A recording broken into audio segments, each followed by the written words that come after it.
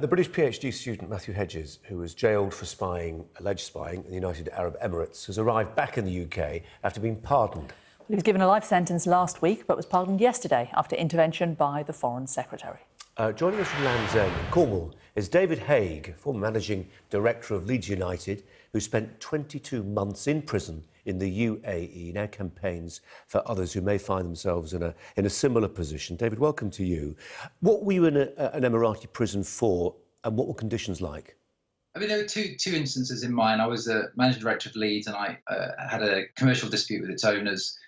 They tricked me out to Dubai on all sorts of promises, and then accused me of various things I didn't do. First of all, it was a thing called breach of trust, for which I was held for 15 months without charge in arbitrary detention. And then, much in the same way as Matthew's case, a large amount of media attention. So I was rushed through a court process, a couple of minutes each hearing, found guilty, then pardoned 9 days later, and then jailed again for 5 months for Twitter abuse, and then acquitted, and then sent home.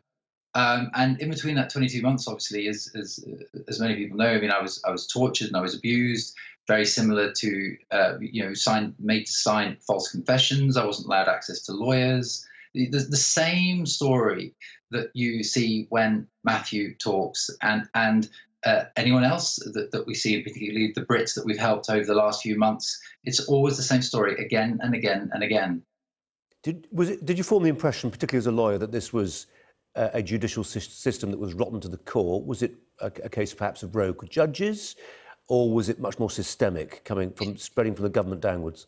It's a system that's rotten to the core, and I mean that's accepted by our own high courts, who refuse to extradite people to the UAE, and by the UN and various other such bodies and charities around the world. And it's exacerbated by the fact that you cannot. The country's pace has been so fast that the court system was bad at the beginning, but it's even worse now because it's not kept up with the country. So you have a system rife with corruption, and where local influence is paramount. And that's a real problem. And again, in my case, I was tricked to the country, so it was used as a corporate jail, as a negotiation tactic, which is often the case. And it was 15 months before I was charged with anything, before I even was investigated or had an interview. And the techniques, you did use the word torture, Yeah. And I'm sure you used it advisedly. What sort of pressure was brought to bear on you, and why? There were lots of occasions, but it was essentially to get me to sign, first of all, a confession, then some form of settlement agreement, and then the police tried to get me to essentially pay them to smuggle me out the jail and across the border into Oman. And it was absolutely ridiculous. And in terms of the senses of torture, I mean, similar to what if you've seen other people that talk about torture in the UAE. They use extreme heat, they use electrocution. I was beaten. I spent, since I got back, 6 months as an inpatient in hospital, in various hospitals, trying to repair the broken bones, such as fractured cheekbones and post-traumatic stress disorder, from what they did to me, but also from watching what they were doing to other inmates, which was harrowing, to say the least. Presumably, I mean, it sounds like a system which wasn't necessarily that concerned about the opprobrium of the British government, but there would have been inmates inside sharing your cell block, perhaps, whose governments wield even less influence than ours do, whose treatment was less lenient than what you got.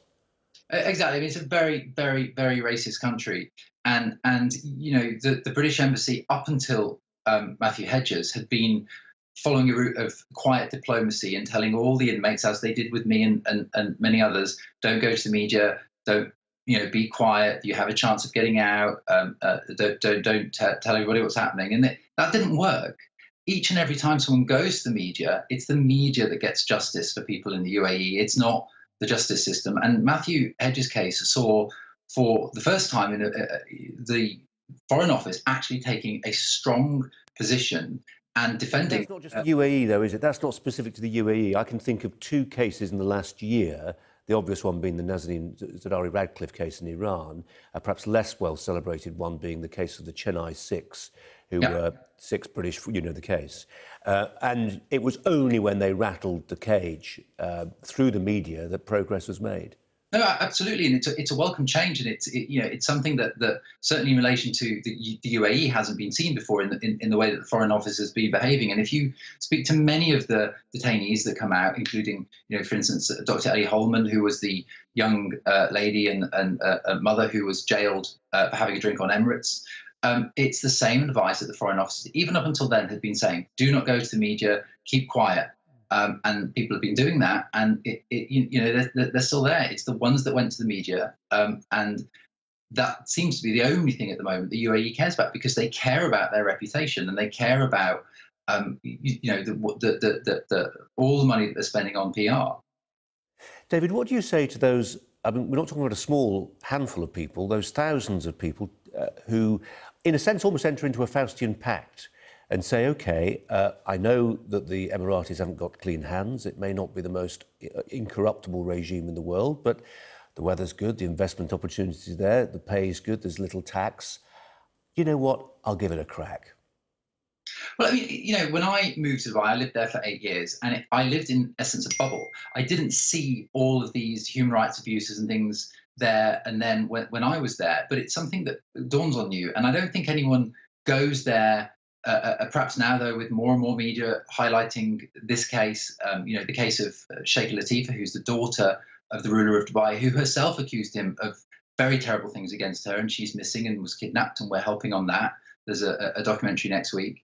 I think now people are starting to realise there is an issue here, but before, a lot of people bought into the marketing and the hype, and so they might not have thought that scenario that you mentioned. And beyond, therefore, perhaps thinking about whether we want to spend time there and spend money there, is there anything more positively that the British government could do? I mean, I know you take the view that sometimes we help shape their legal system, even if it's by retired judges going out there and developing their legal system. Is there anything else that we could do, given, as you say, the rapid pace of cultural and economic change in the UAE, that might make things work a little better? I think the first thing is rather than helping them make their system work better, we have to protect our Brits. So we have to update our travel warnings. We have to update our investment warnings so that investors and tourists know the real risks, so that they know if they get on an Emirates flight and they have a drink and they get off that flight without an alcohol license, having drunk, that they're breaking the law. Because that's not very clear to people.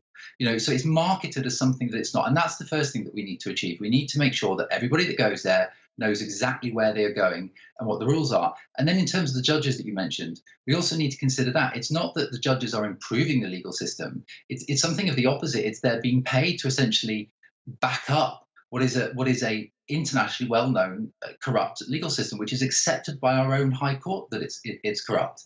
So they're essentially paying retired judges to give some degree of false respectability to this legal system.